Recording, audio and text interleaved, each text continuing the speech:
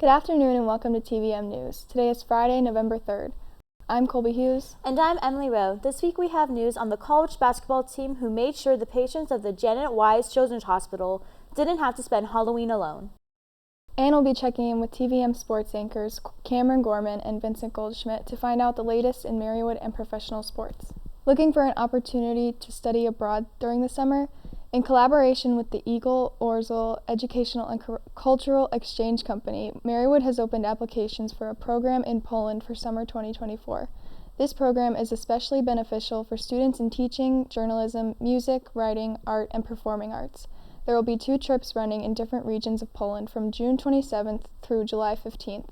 Students are also encouraged to apply for the Sister Benedicta Berendez Memorial Award for Travel, which acts as a scholarship for students who receive it. Applications are due by January 11th, and scholarship applications are due by February 28th. For more information, email jrhalbert@marywood.edu or luxner@marywood.edu. Coming to Marywood's Center for Athletics and Wellness, Bear Fusion will be joining the list to weekly classes open to students, staff, and faculty. Bear Fusion will be held on Tuesdays beginning at 5:30 p.m. in the dance studio. Be sure to bring mat or towel and water to class. Week 3 of Marywood's Fashion Club's Fashion Week is coming up on November 6th. This week's outfit inspirations are Express Yourself, Fashion Icons, Style Your Creations, and Rep Your Roots. Be sure to dress to impress for the last fashion week of the semester and tag at mu.fashion.club on Instagram for your looks to be featured and reposted. Are you interested in becoming a new student orientation leader? The 2023-2024 packets and applications have officially been released. Applications are open from now until noon on Monday, November 6th. All information can be found in an email sent from the Office of Student Engagement on October 28th, and further questions contact Kevin Farrell, Director of Student Engagement. And when we come back, we'll have news about a college sports team who made a special trip to the Janet Wise Children's Hospital. But first, let's hear from Hunter Hildebrand with the weather. Hello, I am Hunter Hildebrand, and here's the weather forecast. Today it is partly sunny, with a high of 53 degrees and a low of 31. Tomorrow, expect clouds, a high of 53 and a low of 38. On Sunday, cloudy again. The high will be 52 and the low will be 38. On Monday, cloudy yet again. The high will be 52 and the low will be 35. On Tuesday, partly sunny, the high will be 58 and the low is expected to be 46.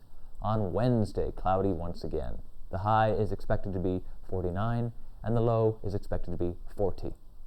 Thursday, a 50% chance of rain, a high of 51 and a low of 41. This coming Friday, partly sunny with a high of 49 and a low of 34. We'll be back after these messages. Oh man, I can't believe I'm missing this.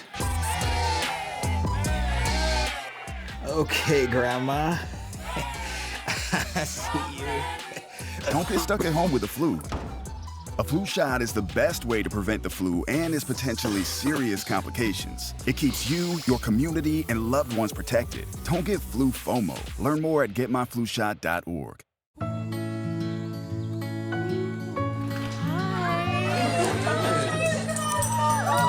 Thank you so much. Fostering a pet for a friend or neighbor can keep families together. Learn more at petsandpeopletogether.org.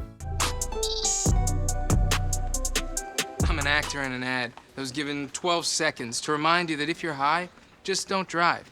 Because if you feel different, you drive different. It's illegal to drive high everywhere anyway.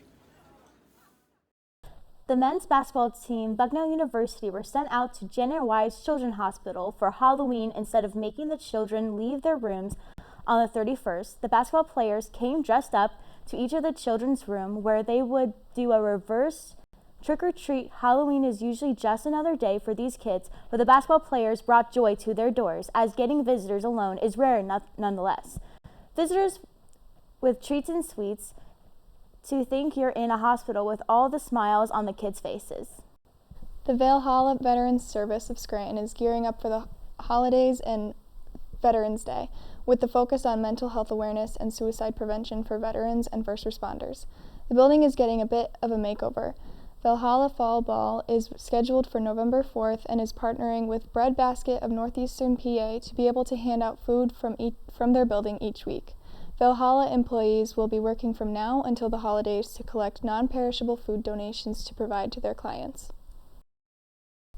The Good Samaritan Mission Danville is preparing for the cool winter that approaching. This nonprofit offers free clothing closet for those who are in need. Since the temperature is starting to drop, winter coats are becoming scarce. It has come to the point where families had to be turned away because there were no more coats. Kid-sized coats are in high demand as of now, and donations are very much appreciated. If you have any extra coats, big or small, you can donate them to the Good Samaritan Mission to help support those getting ready for the winter. November 5th will be the last day Adezo Coffee Shop will be open to the Scranton community. Under the same ownership as Zumo's Cafe, Adezo was a beloved coffee spot for the downtown area. The business stated that there is not enough foot traffic to be able to sustain their residency in downtown Scranton, and they will sadly be closing their doors after 2.5 years. More than $170,000 went missing from Mokanqua Polish Social Club over a year ago. Police underwent an investigation which led them to suspect James Zahar was a bar steward for the club when the money and added into the missing funds began. He quickly re-signed to cover up his connection to the place.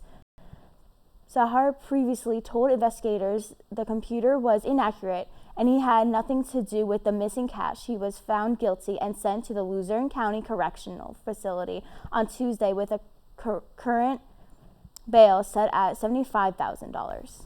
In Montour County, the Danville community came together for their annual trunk or treat on Wednesday.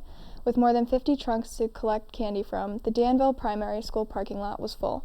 Along with safe trick-or-treating for the kids, the event also collects canned goods and monetary donations to benefit the Feed a Friend charity just in time for the holidays. When we come back, we have updates on the loss of Friends actor Matthew Perry.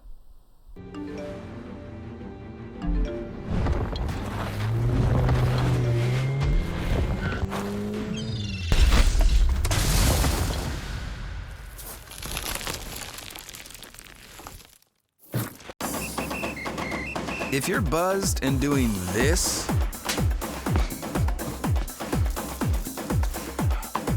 to make yourself feel okay to drive, ZWX.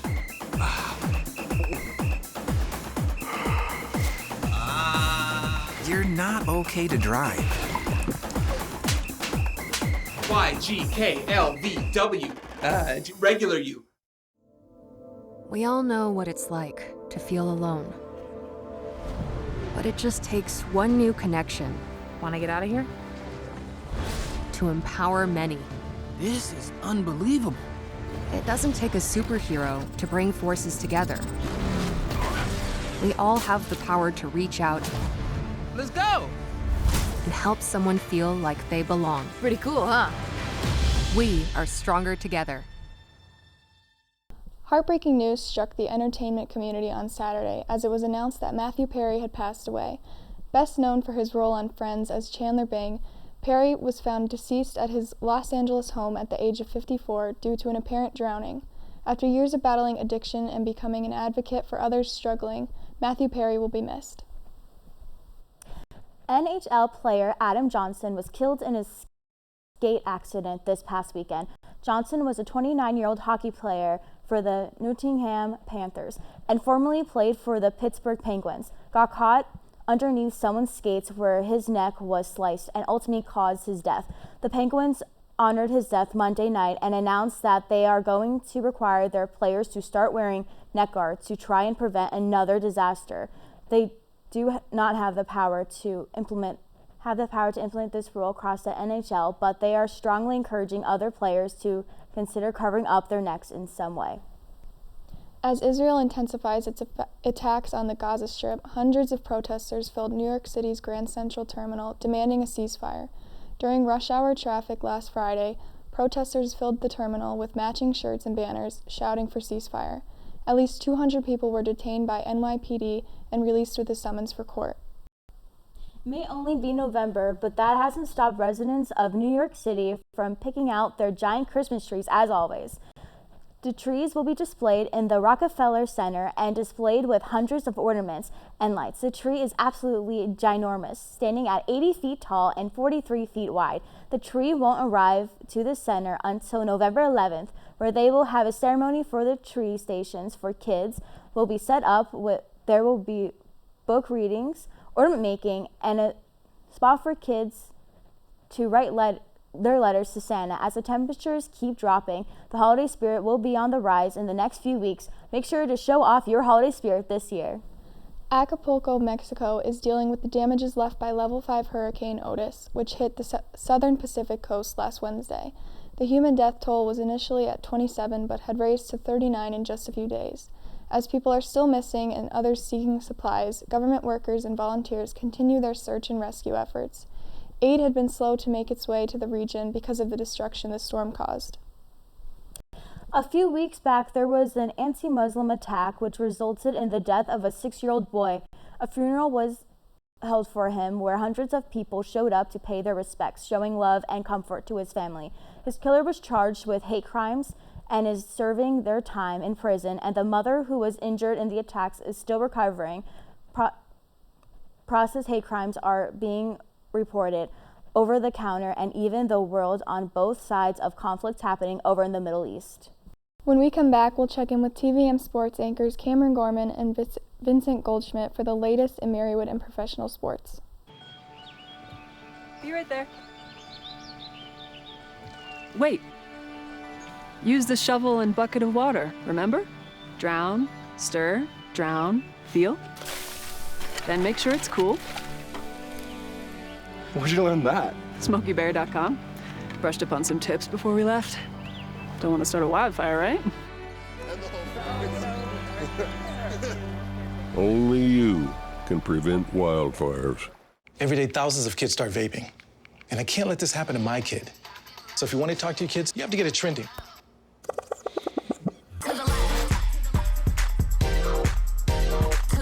No, you're doing it wrong.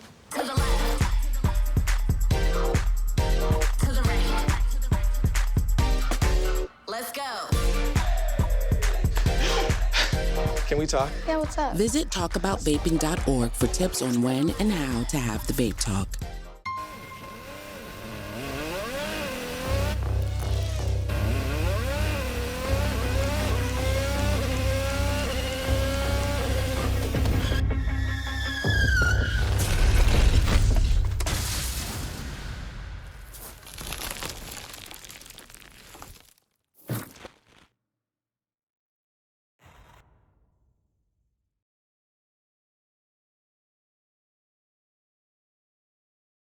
Brother.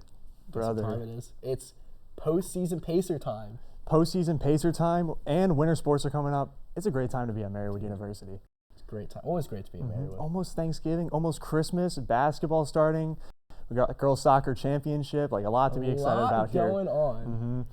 The women's soccer team dominated Marywood-University 7-0, clinching their third Atlantic East Conference championship opportunity in a row. Senior midfielder Josephine Source had a career day, netting a pair of goals while assisting 4 in the rout. The Pacers look to clinch back-to-back Atlantic East titles as they host the Marymount Saints tomorrow. The men's soccer team season has drawn to a close after a 3-0 victory over Marywood-University in the opening round of the Atlantic East playoff. The Pacers fell to Caprini University 2-1 in the semifinals. The Marywood volleyball team is set to face Russell Sage College and Vassar College tomorrow in a tri-match. This gives the Pacers a good opportunity to prepare for their postseason as they are set to host Centenary University on Tuesday. The Pacers field hockey team are headed to the Atlantic East Championship following a shutout victory in the semifinals against Immaculata University. They are set to travel to St. Mary's College of Maryland for the title matchup. The Pacers look to avenge their prior loss to the Seahawks as they were the only team to hand the Pacers a loss in conference. We got a couple of trophy opportunities, which is always great. World Series just ended. Rangers, first World Series in franchise history. I mean, that's got to be a good feeling. You know, as someone who supports a professional sports team, the Detroit Lions, that, you know, obviously we've never even seen a Super Bowl. I can't imagine what that feeling's like. hopefully one day I'll be able to get to experience it, but probably not. The in-season tournament for the NBA, another chance for some hardware? No, that is a very cool thing. And honestly, I like the idea of it, but, you know, I think the best part about that has got to be the new courts. The courts are sick. The jerseys are sick, too. Yeah, exactly. There's a lot of cool things coming, but we got a lot of NFL news happening today. The NFL trade deadline has officially passed, and it was on the quiet side compared to the last year, but big moves were made. The Commanders were front and center through after trading star pass rusher Chase Young to the 49ers, which was the headliner, as well as sending defensive lineman Montez Sweat to Chicago in a somewhat puzzling move for both. Another big move within the division was the 2-6 Giants deciding to trade Leonard Williams to Seattle, ultimately showing their cards that they are tanking the remainder of the season. It's been a very busy past few days, and that continues with the Las Vegas Raiders deciding to fire both head coach Josh McDaniels and general manager Dave Ziegler midway through their second season with the club. The duo went 9-16, which is obviously not what you want to do as a starting head coach and GM. Owner Mark Davis said, quote, "Unfortunately, I had some great hopes for Josh and Dave. It just seemed we were going in the wrong direction," end quote. As you can see, Mr. Davis is definitely disappointed, but is looking forward as he named Antonio Pierce, longtime player, as the man in charge to try and change the season around in the midst of all the trades and firings. A few quarterback moves have been made. The Titans will go with Will Levis under center for the foreseeable future with Ryan Tannehill hurt. The Falcons deciding to bench second-year quarterback Desmond Ridder after poor play, and now fan favorite Taylor Henke taking over the Vikings, naming rookie Jaron Hall the starter after Kirk Cousins suffers a season-ending injury to his Achilles. The Raiders promoting Aiden O'Connell to the #1 spot while benching Jimmy Garoppolo. And lastly, the Cardinals moving ahead with the Clayton Tune-Kyle Murray duo after trading away Joshua Dobbs. A lot of moves have been made, and we will wait and see what happens this week. That's all for sports, and we'll be right back after these short messages. How do you know when you've made the right decision? It's the feeling you get in your gut, the one that tells you what's right or wrong. It's the one that says, sure, I can have a drink, or the feeling that says, okay, I've been drinking, now what? It's the voice inside you that says, I'm buzzed, better leave the car when it's time to go. Plan ahead, catch a sober ride. Buzz driving is drunk driving. I've always been told I gotta be strong. Thick skin, tough as nails. But to be everything for everybody, it wears on you. Black don't crack, they say. But it can. We all can. Reach out to a friend if you see them going through it. No matter who you are, being vulnerable is what makes us whole. Learn how to help at seizetheawkward.org.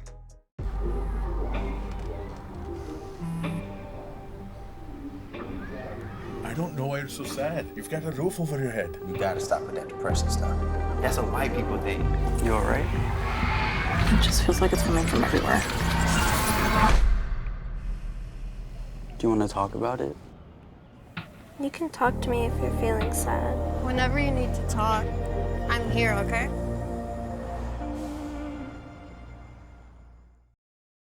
There is a cat in London who has made a second home at the local train station, greeting commuters as they come and go from the train.